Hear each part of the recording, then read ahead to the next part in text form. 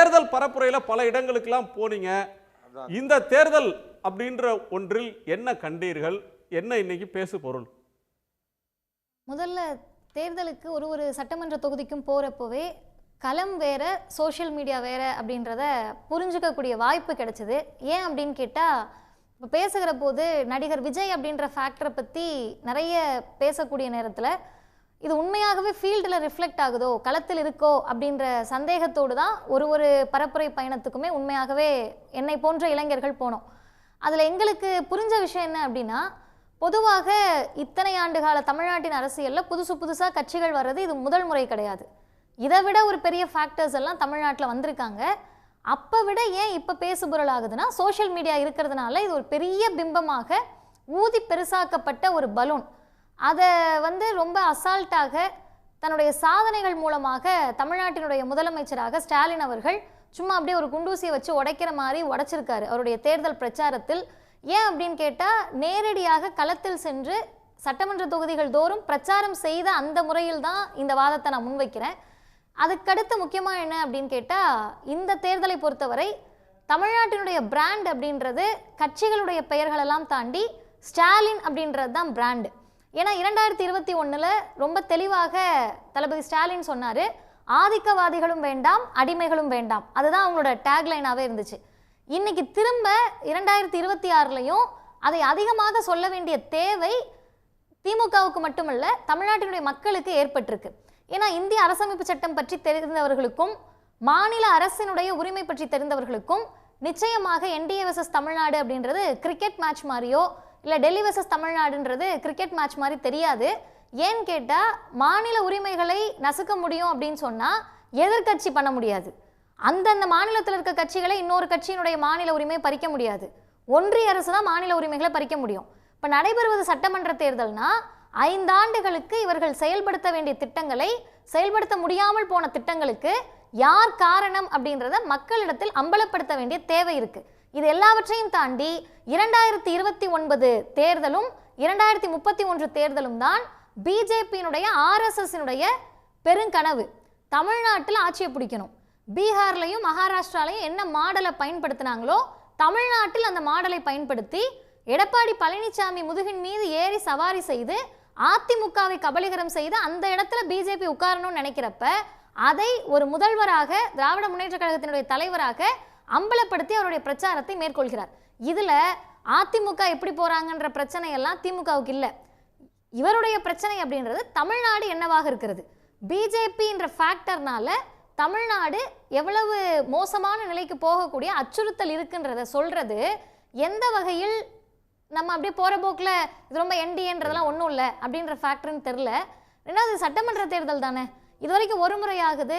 பிரதமர் மோடி அவர்கள் தமிழ்நாடு வந்தபோது இது என்டிஏ கூட்டணின்னு சொல்றப்ப எடப்பாடி பழனிசாமி தலைமையிலான கூட்டணி அல்லது அதிமுக தலைமையிலான கூட்டணி அப்படின்ற சொல்லே வராத போது இங்க ஐயா எடப்பாடி பழனிசாமி தான் நான் தான் இந்த கூட்டணியினுடைய என் தலைமைன்னு சொல்றாரே தவிர என்டிஏ கூட்டணியை சார்ந்த, அதாவது பிஜேபியை சார்ந்த யார் அதிமுக தலைமையிலான கூட்டணின்னு சொன்னாங்க. ரெண்டு விஷயத்துல நான் இன்னொரு கிளாரிட்டி கேட்கணும். ஒன்னு சோசியல் மீடியா வேற தேர்தல் களம் வேற அப்படின்றத தெரிஞ்சுக்கிட்டேன்றீங்க. நீங்க ஒரு ட்விட்டர்லையும் இன்ஸ்டாலையும் இல்லாத வேற விஷயங்கள் களத்தில் இருக்கு, அது களத்தில் இருக்கிறது சோசியல் மீடியாவில் ரிஃப்ளெக்ட் ஆகுதுன்றீங்களா, அல்லது சோசியல் மீடியாவில் மிதமிஞ்சி தெரிகிற ஒன்று களத்தில் அது காட்சியாக இல்லைன்னு புரிஞ்சுக்கிறதான்னு ஒரு கேள்வி எனக்கு. இன்னொரு crucial point Delhi versus Tamil Nadu அப்படின்னு பேசுறது சம்மந்தமாக பேசுகிறீங்க. பிரதமரோ அமித்ஷா அவர்களோ தேர்தல்னு வந்தால் பரப்புரையில் தீவிரம் காட்டுவாங்க. போன முறை நாடாளுமன்ற தேர்தலில் போய் 7 முறையோ 8 முறையோ பிரதமர் வந்தார். தேர்தல் பரப்புரைக்கு மட்டும் ரோட் ஷோன்ற பேரில் மீட்டிங்கில் ரொம்ப இன்டென்ஸாக கேம்பெயின் பண்ணாங்க. ஆனால் இந்த முறை அவங்க பெங்காலுக்கும் அசாமுக்கும் கேரளாவுக்கு காட்டின ஃபோக்கஸ் கூட கேரளாவில் போய் பரப்புரை செய்த அளவு கூட தமிழ்நாட்டில் பண்ணுறாங்க சார். இல்லை, பிரதமர் அவ்வளோ வரல, அமித்ஷா வரல. 4 முறை வந்திருக்காரு, 2 இடங்களில் ரோட் ஷோ கலந்துட்டு இருக்காரு. ரொம்ப குறைவு சார். இல்லை, ஃபர்ஸ்ட் கேள்வி அமித்ஷா ஒரு தடவை தான் வந்தார் எலெக்ஷனுக்கு அப்புறம். பார்லிமெண்ட் எலெக்ஷன்ல அமித்ஷா வந்த எண்ணிக்கை ஒப்பிட்டா ரொம்ப குறைவு. தேர்தலுக்கு முன்பு நிறைய வந்தாங்க, தேர்தல் தேதி அறிவிச்ச பிறகு வரல. நான் மதிவதனையை கேட்டிருக்கேன். முதல் கேள்வி சோஷியல் மீடியாவில் தெரியறது ரொம்ப அதீதமானது. எந்த ஃபேக்டர்ஸ் எல்லாம் சோஷியல் மீடியாவில் அதிகமாக இருக்காங்களோ அந்த ஃபேக்டர்ஸ் களத்தில் இல்லை. இன்னும் சொல்ல போனால் பூத்தில் ஏஜென்ட் போடணும்னு கூட தெரியாத மாவட்ட செயலாளர்கள் கொண்ட கட்சியாக தான் டிவிகே பல இடங்களில் இருக்குது. என்னன்னா அவங்களுக்கு லாபகரமாக ஒரு சின்னம் கிடைத்ததுனால இந்த சத்தத்தை போட்டோம்னாலே சட்டமன்றத்துக்கு போயிடலான்ற ஒரு மனநிலையில் தான் அங்கே இருக்கக்கூடிய இளைஞர்கள் இருக்காங்க. உண்மையாகவே அவர்களை ஒரு பரிதாபத்தோடு தான் பார்க்குறோம். ஏன்னு கேட்டால் இன்னைக்கு அவர் வந்து பேசுகிறாரு, அவர் பேசிகிட்டு இருக்கிறப்ப குறைந்தபட்சம் அவங்க தலைவர் பேசுகிறதாவது அவங்க கேட்கணும்ல, அப்பையும் அவங்க சத்தம் போட்டுட்டு தான் இருக்காங்க. இதை அவரும் விரும்புகிறார். அந்த கவர்ச்சியை, அந்த ஒரு நடிக மனப்பான்மையை, ஒரு ரசிகத்துவத்தை அவரும் விரும்புகிறார். ஸோ இந்த ஃபேக்டர் வந்து ஃபீல்டில் இல்லை. அதே நேரத்தில் களத்தில் இளைஞர்கள் இருக்காங்க. திராவிட முன்னேற்ற கழகத்தில், விடுதலை சிறுத்தைகள் கட்சியில், மறுமலர்ச்சி திராவிட முன்னேற்ற கழகத்தில், காங்கிரஸில், அதே போல் விடுதலை சிறுத்தைகள் கட்சி, சிபிஎம் சிபிஐ, குறிப்பாக கம்யூனிஸ்ட் கட்சிகள், இது போன்ற கட்சிகளில் மதச்சார்பற்ற முற்போக்கு கூட்டணி கட்சிகள், அதில் இருக்கக்கூடிய எல்லாருமே, தேமுதிக, இவங்க எல்லாமே களத்தில் இருக்கிறார்கள். இந்த இளைஞர்களை நாங்கள் நேராக பார்க்குறோம், அவங்களும் இளைஞர்கள் தான். ஸோ இளைஞர்கள் எல்லாருமே இந்த பக்கம் இருக்காங்கன்றது சோஷியல் மீடியாவினுடைய ஒரு நெரேட்டிவ். அந்த நெரேட்டிவ் களத்தில் இல்லை. இது ரிசல்ட்டில் ரிஃப்ளெக்ட் ஆகும். ரெண்டாவது, இவ்வளோ பர்சன்டேஜ் ஓட்டு வாங்கிடுவாருன்னா அதில் மாற்றுக்கருத்தே கிடையாது. ஏன்னா முதல் முறை வாக்களிக்கக்கூடியவர்கள் எப்போதுமே மாற்றம் வேணும்னு சொல்லுவாங்களே தவிர அது என்ன மாற்றம்னு சொல்ல தெரியாது. அதனால தானே இவங்களுக்கு ஓட்டே போடுறாங்க.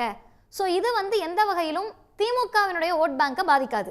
அது அதிமுகவை பாதிக்கலாம், குறிப்பாக நாம் தமிழரை பாதிக்கலாமே தவிர திமுகவை பாதிக்காது. ரெண்டாவது கேள்வி, மோடி அமித்ஷாவினுடைய வருகை குறைஞ்சிருக்குன்னு எனக்கு தெரிஞ்சு அவங்க வந்து இந்த முறை கொஞ்சம் சுதாரிச்சிட்டாங்க. நம்ம எத்தனை முறை போகிறோமோ அத்தனை முறை நமக்கு ஓட்டு குறையும், திமுகவுக்கு அது பலமாகும் அப்படின்றத யாரோ ஒருத்தர் வந்து தெளிவாக சொல்லியிருக்காங்க. நீங்கள் போன தடவை வந்தது போதும், 40க்கு 40 அவங்க போயிடுச்சு, இந்த முறை வந்தீங்கன்னா 200 வெல்வோம்ன்ற திமுகவுடைய முழக்கத்துக்கு நீங்களே வந்து ஸ்டார் கேம்பெயினர் ஆகிடாதீங்க அப்படின்னு மோடிக்கும் அமித்ஷாவுக்கும் சொல்லியிருப்பாங்கன்னு நினைக்கிறோம். அதனால வரல. ஆனால் அவங்க வந்தப்பையுமே அவர்கள் என்ன பேசினார்கள்ன்றதை தமிழ்நாடு பார்த்துச்சு. இன்னொன்று என்னன்னு கேட்டால், அவங்க வர்றது குறைஞ்சது எடப்பாடி ஐயாவுக்கே கொஞ்சம் மகிழ்ச்சியாக இருந்திருக்கும். ஏன்னா வர்றப்பெல்லாம் சும்மா பேச்சுக்கு கூட எடப்பாடி தலைமையில், அதிமுக தலைமையில்னு சொல்லலை. ஸோ எந்த வகையிலும் மோடியினுடைய வருகையோ அமித்ஷாவினுடைய வருகையோ தமிழ்நாட்டில் எந்த விதமான மாற்றத்தையும் பாதிப்பையும் ஏற்படுத்தாது. ஏன்னா தமிழ்நாட்டு மக்கள் புரிந்து வைத்திருக்கிறார்கள், இது ஆர்எஸ்எஸ்னுடைய அஜெண்டா. ஒற்றை இந்தியாவை நோக்கி இந்தியாவை அழைத்து போறதுக்கு மாநில கட்சிகள் இல்லாம ஆக்கணும். அப்ப மாநில கட்சிகள் இல்லாம ஆக்கணும்னா அதிமுக மீது ஏறி சவாரி செய்யணும். அதை ஒரு முதல்வராக தளபதி ஸ்டாலின் அவர்கள் கணித்து, இது என்டிஏ வர்சஸ் தமிழ்நாடு, இது டெல்லி வர்சஸ் தமிழ்நாடுன்னு சொன்னாரு. அதுக்கு சின்ன உதாரணம் தான், புதிய கல்விக் கொள்கையை ஏத்துக்க மாட்டோம்னு சொன்னா தமிழ்நாடு, திணிச்சா டெல்லி. உடனுக்குடன் செய்திகளை தெரிந்து கொள்ள சன் நியூஸ் பெல் ஐகானை கிளிக் பண்ணுங்க.